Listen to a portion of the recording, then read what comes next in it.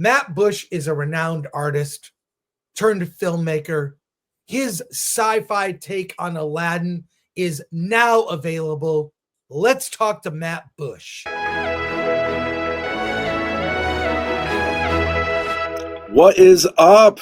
Hey, Matt. Good to see you, man. It's been a long time. Yeah. Oh my gosh, it's so good. Thank you guys so much. Thank you, Chris. Thank you, Alan. Chris, I see that the background looks different. Are you in Pasadena? I know went through some stuff. Are you is everything okay? Everything good over there? I'm fine. I'm in Orange County. I evacuated and came here. So I'm not in my normal space, but I'm staying with family. So all is good. All is good. But let's talk about your movie, Aladdin 34. Well, no, before we talk about your movie, I don't think people know who you are. I know who you are. Of course. So tell people, like, you've done, I mean, the artwork you've done a lot of art for Star Wars, among other projects. You're a very accomplished artist who, I've seen at conventions. So tell people who you are and let's talk about your movie. So most people know me as an illustrator that works for most people know the Star Wars work that I've done, but I've also done work for Indiana Jones, Stranger Things, Lord of the Rings, and but filmmaking has always been this passion of mine. When I grew up, film school before everything was digital was really expensive. It was like the cost of going to medical school. So I didn't follow that pathway at first, but slowly over time, I've just really enjoyed filmmaking. I used to make ninja movies when I was a kid. And when I lived in LA, I used to live in Pasadena. I got my start doing storyboarding for film, advertising for film, all the things. And all of these roads have led me to my indie magnum opus, which is a trilogy of futuristic Aladdin movies. This is, first of all, I just want to point out mattbusch.com, and that's Busch spelled BUSCH.com, where you can see your artwork. There's galleries of your art, things that you have done. So go there to check out all the stuff. Amazing artwork from you. We'll put the link in the description for that. So I'm excited about this. I love low budget sci-fi, but we're going to take a look at your trailer. Wait, where'd you go? Sorry. What are you doing? We're having technical issues today. What am I doing, Alan? Hey, mind if I want to share the trailer with our audience, if you wouldn't mind. And then we'll talk about the movie. Share the new Buffalo 8 one. Yeah, is it? Well, I got this one from your YouTube. Oh yeah, right? That's the old one, and that's cool too. Okay, but no, put the link in the private chat. Well, I'll show that one. Oh, okay. In the private chat, I see that you're here. But yeah, Matt, I've seen you at conventions. I've seen your art. I mean, you're often hired by Lucasfilm for various things. But yeah, this is I love, like, especially with technology, becoming more and more available. Speaking of technology, like all kinds of technology available to. There we go. You're going to see more and more filmmakers able to compete with studios. So this is the new trailer put out by Buffalo 8, your distributor. Let's watch the trailer together, and then we'll talk about the movie. We'll talk about the movie on the other end of that. This is okay. Yeah, this is it. All right, here we go. Ready? Here we go. Okay. Yeah. Right.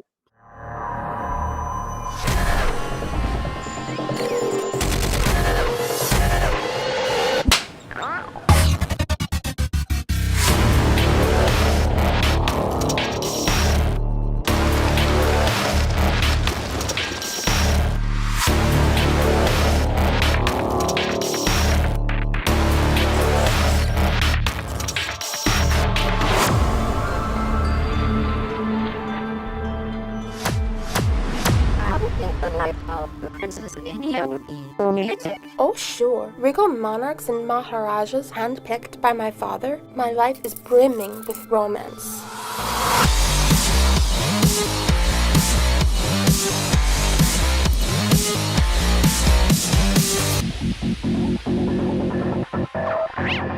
We're better than this, Fiji. We belong up there.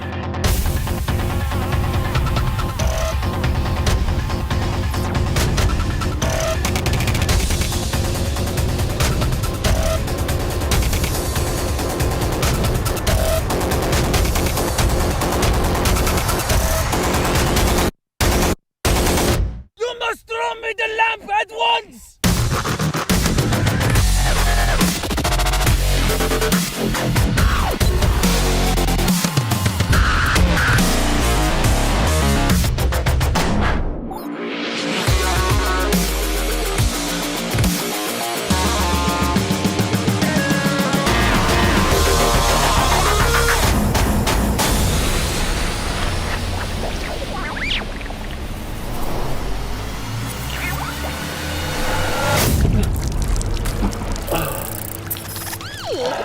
No one asked you.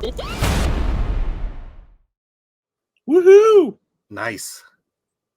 Hold on. Amazing. Matt, that is amazing, Matt. That is incredible. How did you, first of all, I guess right off the top, and our chat is going to chime in with some questions. How did you pull this together? I don't know what your budget was, but that looks amazing. The effects and everything looks amazing. Thank you so much. We definitely tried to make a mountain out of a molehill. Very inspired by practical effects. There is, when we say CGI, if you mean the 3D animation where you're like making starships out of computers and stuff, there's no CGI in it. Obviously there's compositing, but anything that you see is real light and shadow. We built miniatures, mechanical puppets. So it's, it's quirky. It's obviously an independent film, but what you're looking at is real. Wow. So the floating robot was a, like you built models, and I love that because you have the model. Oh, that's great. That is great. So that's the model. You shot it and composited it, and my God, that's awesome. Yeah. And obviously because of your, your work in design, I'm guessing you designed a lot of it as well. Yeah, well, a lot of it's designed, but actually for a lot of things, it's a technique I'm sure you guys know that's called kit bashing. So a lot of it is just you find random junk like they did for the Star Wars movies where you find a lamp, you cut it in half, you turn it upside down, you say, oh, this looks cool. And you kind of just super glue everything together. And in the case of Fiji, this is Aladdin's robot sidekick. But what was great about this is Aladdin makes his own robots out of junk from the past. So a lot of people probably had this radio in the 90s. Yeah. Radio. And there's a joke about it in the film, but yeah, so I had so much fun every aspect of this, taking old toys and radios, and that was half the fun, is just making all this stuff. For filmmakers who are wrestling between doing CG versus practical, can you talk about the cost effectiveness of doing it practical? Gosh, well, it took a lot more time, and during filming, trying to get a puppet to do exactly the right thing, there's issues with that. For me, I just didn't have the resources. I didn't know anyone that could do CGI to a quality that was which obviously, like a big studio picture, let's face it, sometimes even in big studio pictures, the uncanny valley of CGI is sometimes a little shoddy. So it was more interesting to me knowing that maybe not everything is going to be perfect. And yeah, there's going to be a lot of cardboard and duct tape and everything else. But I feel like there's just kind of this charm to it when it's handmade. Yeah, I agree. There's something about it, like that uncanny valley thing where you see something with so much CG and the quality varies. You've got really good CG, they spent time on that. Then a shot where you're like, and then they don't cut away quickly enough, and it's like it looks fake, so it's distancing. It doesn't feel real. Practical is real, and that kit bashing, man. You could, I mean, look, I recognize kit bashing. I'll tell you, there's a really weird shot. Real quick aside, in the movie Star Trek: The Motion Picture, in the background, there's a crewman of the Starship Enterprise in the background that has the Cylon Viper from the kit. They literally cut it and pasted it on his chest. And I'm like, that's the Viper. I have that model kit. Like when you, because I used to build models as a kid, I have like books of the Aurora model kit instructions. I'm a big nerd, but like I recognize those parts. Yeah. So, but I love that feel. That was the 70s and 80s. You kit bash stuff. It's real. Yeah. Yeah. Just had a blast doing that. And, so there's 3 films. We filmed all 3 back to back and rented a local here in Michigan, where I know you're from, in Clinton Township, rented an industrial facility that we kind of turned into a makeshift soundstage. That was probably the bulk of where our money went, was just renting that place for 6 years. Yeah, but it was the best of times. It was the worst of times, but it was it was just such a thrill doing all of it. And now the first film is out. Congratulations! You're getting a lot of love in the chat right now. Awesome! And a lot of questions. So I was worried. I'm glad I'm getting love, because I was thinking, man, am I going to have to pander?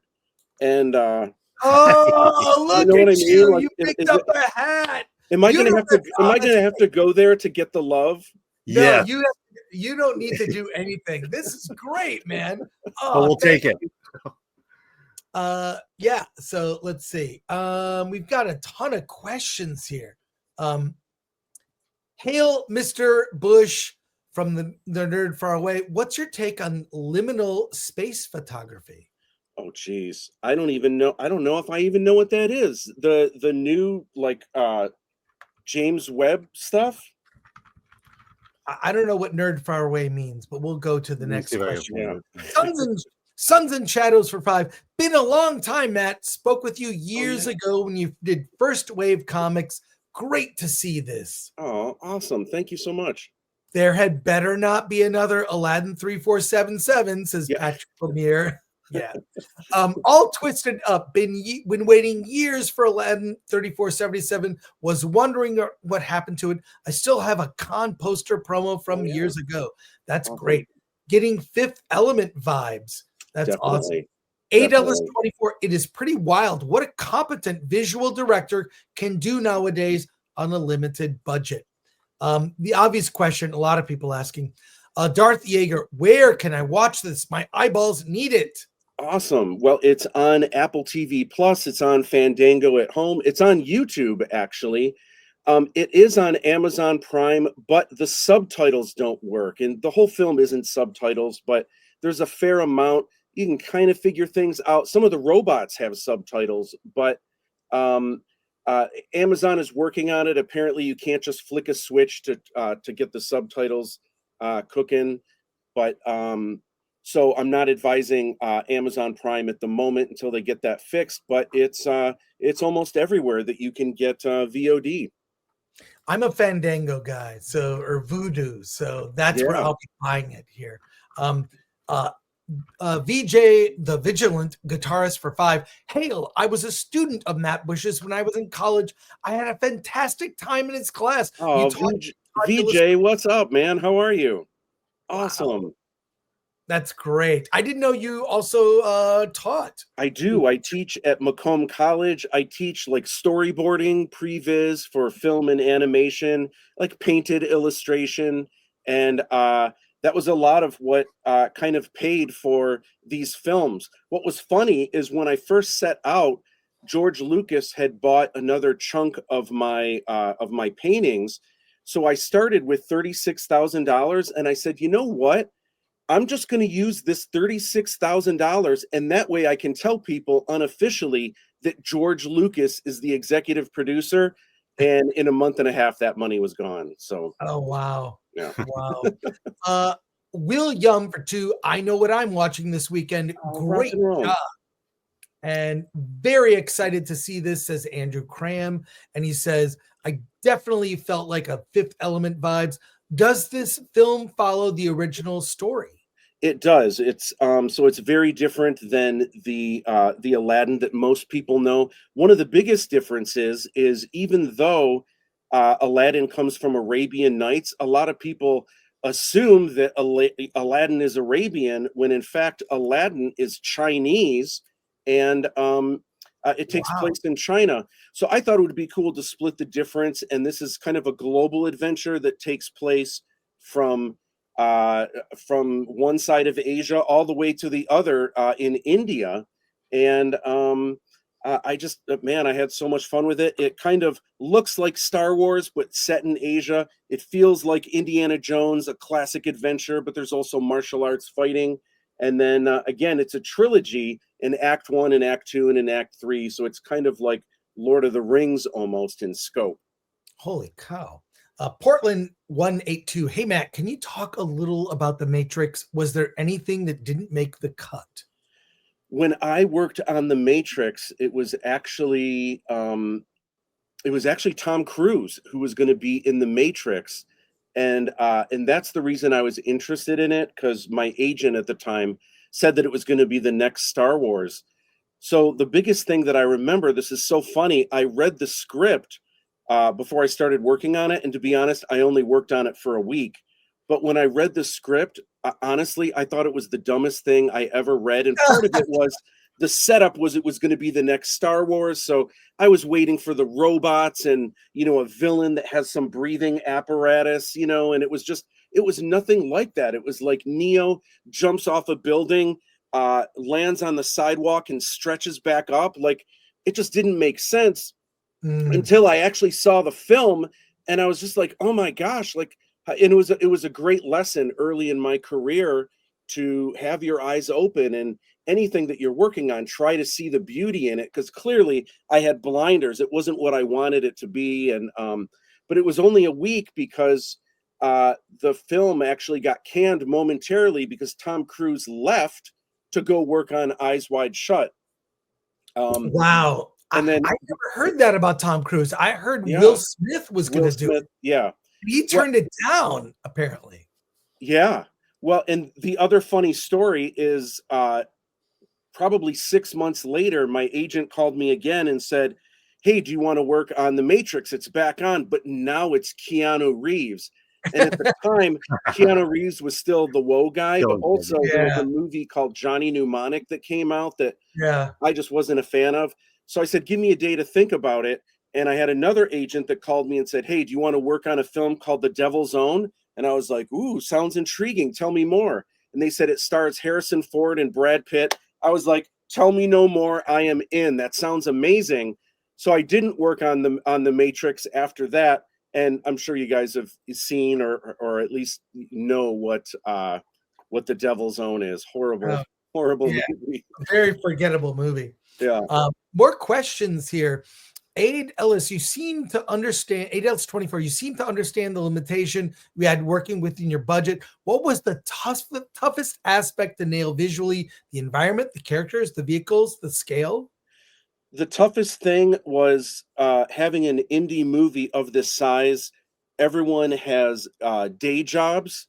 And so scheduling everyone on weekends was so tough because sometimes it would take months for us to build a set.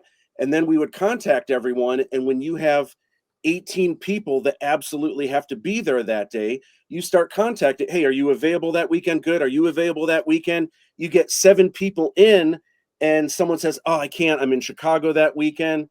So it's like, oh my gosh. Then you ask, how about the weekend after that? Good. Then you go back to the first person. Hey, sorry, not that weekend. How about the weekend after that? You just keep going until you magically find when all 17 people can make it. The good thing, though, is that anytime I had extra time, that gave me more time to put into set decorating, or building another couple robots that you see in the background, or detailing something from a set. So I tried to use the time wisely, but that was the biggest hurdle for sure, is just getting everyone in the same place at the same time. And BMO Better says Film Threat will be working on the sequel to the Acolyte series, Disney Plus series. Would you be willing to offer your services to help them out? I don't want to waste Matt's time, honestly. I was going to say, if you want to make it on part, no, I don't know. Yeah, Acolyte. You've got better things to do. You've got 2 more films to deliver. So, so Aladdin 3477, The Jinn of Wisdom. This is the first film in your trilogy of a futuristic Aladdin films. It's out now. It's an independent production. Find it on VOD. I recommend Voodoo Fandango is my preference, but you pick your VOD platform that you like. Matt, congratulations. And for all things Matt Busch, go to mattbusch.com. That's BUSCH.com. Matt, thank you. And thank you for picking up a hat. I mean, are you going to be going to any cons soon? Will I see you at WonderCon or San Diego? Since I embarked on these movies 15 years ago, I've only been going to the Star Wars celebrations, but I definitely want to get back to it. I miss seeing you around. So yeah, hopefully soon. Well, look, if you come to WonderCon or San Diego or LA Comic-Con, let me know. We do an indie film panel. I'd love to have you on our panel. I would love that. Awesome. Okay. If you're going to be around, let me know. We'll do it because we do panels with indie filmmakers telling people how they did what they did. And it'd be great to have you on a panel if you're going to do the con circuit again. Yeah, I would love that. Awesome. Great. Matt, thank you so much. It's great to connect with you after all these years. Yeah. Man, it's been a pleasure. So awesome. Sorry about all the technical errors today. I'm a little off my game. It's all good. Appreciate it. Congratulations. Come back when part 2 comes out. I will. Thank you guys so much. Yeah, thank you. All right. Take care, Matt. See you later. Bye-bye. See you guys.